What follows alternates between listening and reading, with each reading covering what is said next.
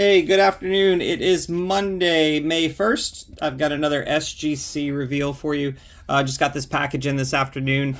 I sent in this submission, I think it was first week of February, and just came back today. I gotta say, not really happy with SGC's turnaround time or their unwillingness to keep it an actual updated, accurate turnaround time, but it is what it is. I think that will be my last submission to SGC until they figure themselves out and what they're going to be going forward. Had great experiences submitting with PSA back last month, and I gotta say Beckett's kind of a mess too. It seems like their communication is pretty lacking. So I think I'll be going with PSA primarily going forward, but I do still have two big submissions coming back from Beckett and PSA later on this summer. So should see that one actually from Beckett here within the next couple weeks. I would think they did tell me it was ready to go and will be shipping soon as they get it slabbed up.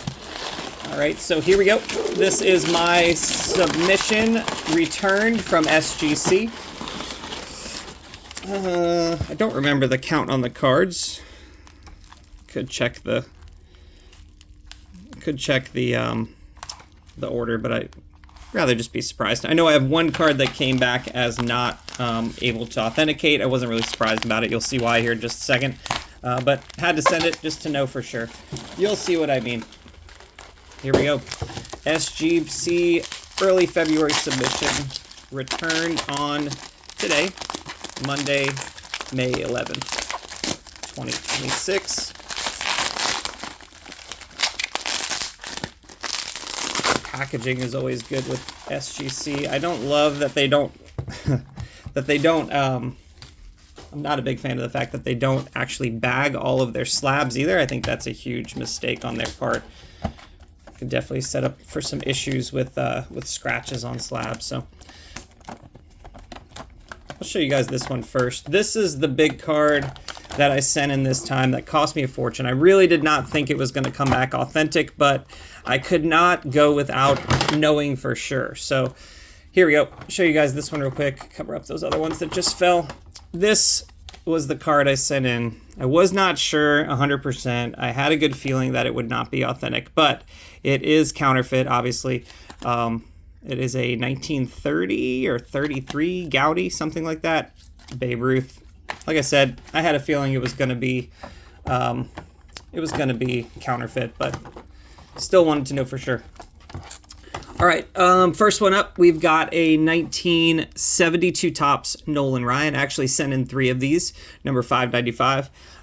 This one came back at 6. That's probably going to be our highest grade, I would think. Card is pretty clean. I'm happy with a 6 on that. I know that's got a pretty good value. Next one is a 3. Okay, so cut the grade in half. Yeah, makes sense. Corners are pretty well rounded on this one. It is what it is. Last one. Let's see. A 1.5.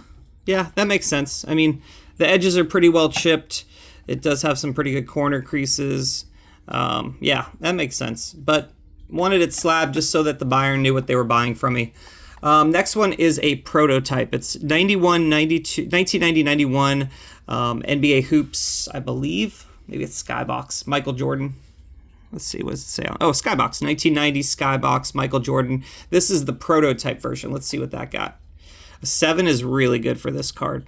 I'm actually surprised that graded that high. It's pretty clean, but it's off center. And then there's a little bit of raising along the edge. Right there, I can see around the prototype banner on the card, and a little bit of whiting along the edge there. So I'm actually this side too. So I'm really happy with the 7 on this. Again, it has a good value even as a 7. Next one up is a 87-88 Fleer Michael Jordan, number 59. Back is super clean. Let's see about the front. Again, off center, a 7's pretty damn good. I'm happy with that too. Definitely looked like it was in better condition than the card before it, which is also newer. So you'd think the grade would maybe be a little lower on that one or higher on this one, but looks pretty clean. So happy with that one. Again, great value on that card sending it in. This one I think is this is just the Topps traded. I sent 2 different Greg Maddux 87 Topps traded cards. One's a Tiffany and one is a base. This looks like it is the regular. So, yep, 87 tops traded. Greg Maddux. I guess the centering is off top to bottom. I did not catch that when I sent it in. Corners look really good. Maybe that top right had a touch on it, but other than that, I thought it was a pretty clean card. 8's not terrible, but it'll be tough to get my money back on that one. Ooh, a 9. On the Tiffany got a 9, and that one is actually pretty well centered. Maybe a little left heavy. Top and bottom looks way better on this one, and the corners were immaculate. I do see there's one little dimple right there that might have kept me from a 10. I can see that little bubble right there might have kept me from a 10. One little spot.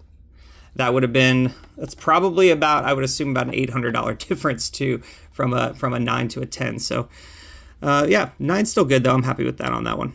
Next one up, we've got a 1968 Topps Rookie Stars, Johnny Bench. I set one of these last time too.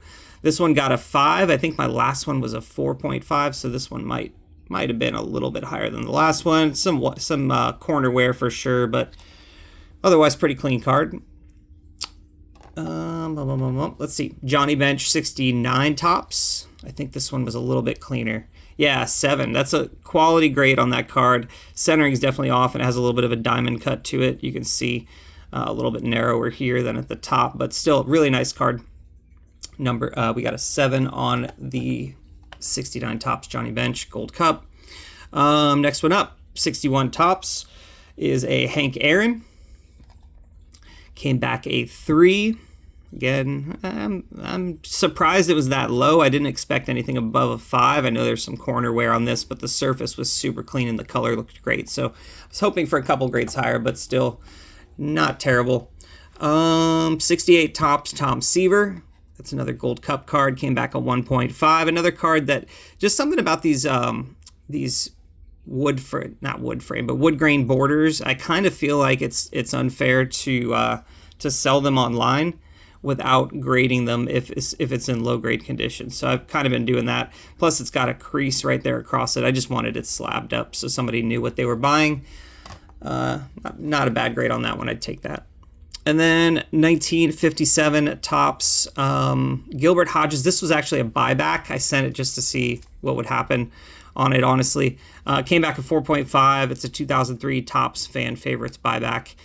Just an interesting card that I thought would look more appealing in a slab, and I think it looks pretty good. I like that card, so I think that will do well in some of the Facebook groups. Yeah, so overall happy with my submission. The grades, the timing that it took, obviously not so much, but yeah, quality cards from this last SGC submission. Turnaround time was about 2.5 months, 3 months, something like that. And that is our haul from this latest SGC submission.